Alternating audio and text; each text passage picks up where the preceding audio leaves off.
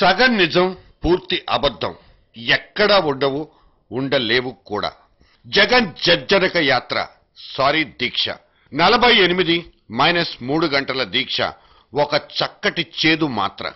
పసుపు రైతుల కష్టాల్ని పరామర్శించే పేరుతో తెలంగాణలో కొత్త అల్లుడిలా అడుగుపెట్టి జయధ్వానాలతో మేళ తాళాలతో ఇందూర్ అనబడే నిజామాబాద్ జిల్లాలోని ఆర్మూర్కు వెళ్లిన జగనుడు అక్కడ ఆర్మ్స్ ఎక్కుపెట్టి సాధించిందేమిటి?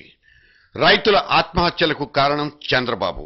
ఓకే, మరి కాంగ్రెస్ ప్రభుత్వ హయాంలో చంపబడిన లేదా వధించబడి ఆత్మహత్యలుగా చిత్రీకరించబడిన రైతుల సోకాల్డ్ ఆత్మహత్యల గురించి ఎందుకు ఆయన చెప్పలేకపోయారు? తండ్రికి కీర్తి కండూతులు, తల్లి ఆడియో పోకడలు తప్ప జగన్ చేపట్టిన రైతు పోరు దీక్షలో దిగులనేదే ఎక్కడైనా కనిపిస్తే ఒట్టు. పసుపు రైతుల కోసం దీక్ష చేపట్టడం ఒక రాజకీయ వ్యూహమే కావచ్చు. అటువంటి దీక్షను కరుడుగట్టిన తెలంగాణలో ఒక సమైక్యాంధ్ర ప్లెకార్డు పట్టుకున్న జగనుడు చేపట్టడం ఇంకో సాహసమే కావచ్చు. కానీ వర్తమాన చరిత్రలో ఒక వర్ధమాన రాజకీయుడిగా జగనుడు ప్రత్యక్ష సాక్షిగా జరిగిన కథా కమామిషులు ఇదే తెలంగాణలో ఒక చంద్రబాబుతో ఆయన కూడా పంచుకున్నారనేది కఠోరమైన వాస్తవం. దీక్షలు, యాత్రలు, దిగ్విజయ ప్రదర్శనల కంటే కావాల్సింది కన్నీళ్లు. ఖచ్చితంగా కన్నీళ్లే. అవి రక్త కన్నీరు.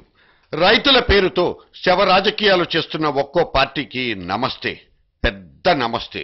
చావు డప్పుల మధ్య ఒక్కో పార్టీ ఒక్కో పేరుతో ఓట్ల దండయాత్ర చేసుకుంటూ రేపటి ఎన్నికల కోసం ఇటువంటి విష ప్రయోగాలు చేయడం సమాజంలో ఉన్న కోట్లాది మంది సమ్మక్కలకు సారక్కలకు ఎప్పుడో ఒకప్పుడు తెలియకపోదు. నిజం నిప్పు లాంటిది, అది కాల్చకపోదు, కాలకపోదు.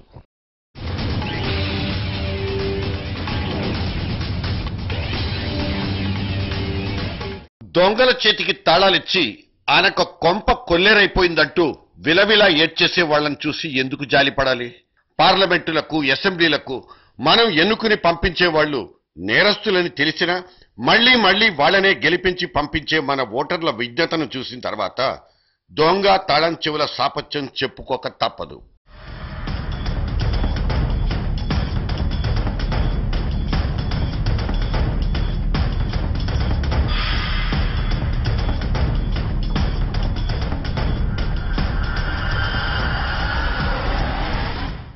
చట్ట ప్రకారం ఒక్కసారి కోర్టులో 2 ఏళ్లు లేదా అంతకంటే ఎక్కువ కాలం శిక్ష పడితే చాలు, వాళ్లకు ఎలక్షన్లలో పాల్గొనే అర్హత ఉండదు.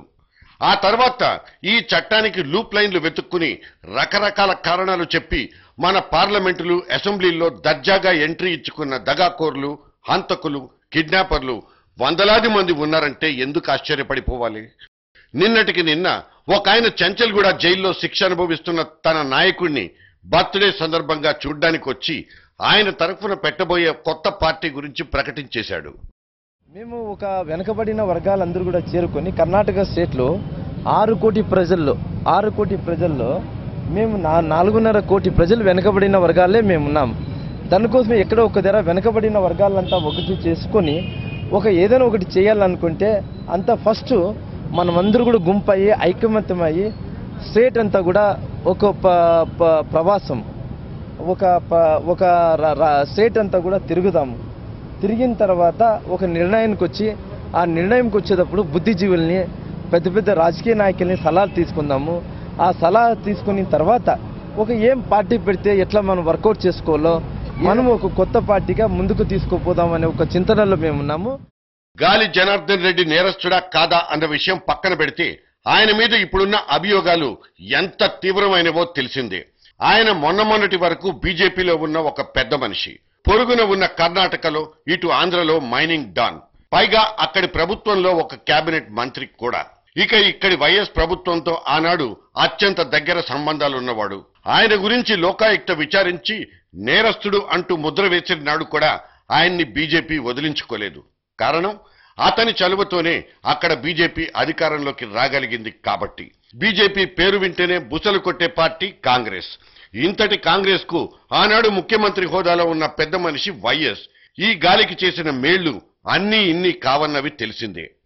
ఈ నిష్ఠుర సత్యాల్ని వల్లవేయడానికి అసలు కారణానికి వద్దాం. దేశం మొత్తం ఇప్పుడు ఇటువంటి పరిస్థితే నెలకొని ఉంది. అన్ని పార్టీలు నేరచరితులతో నిండిపోయి ఉన్నాయి. దాదాపు 10 ఏళ్ల క్రితం సుప్రీంకోర్టు తీర్పిచ్చింది. దాని ప్రకారం ఒక వ్యక్తి ఎన్నికల్లో పోటీ చేయాలంటే విధిగా అతను లేదా ఆమె తన దరఖాస్తుతో పాటు క్రిమినల్ రికార్డుతో సహా అన్ని ఆస్తిపాస్తులు, విద్యార్హతల రికార్డులను జత చేయాల్సి ఉంటుంది.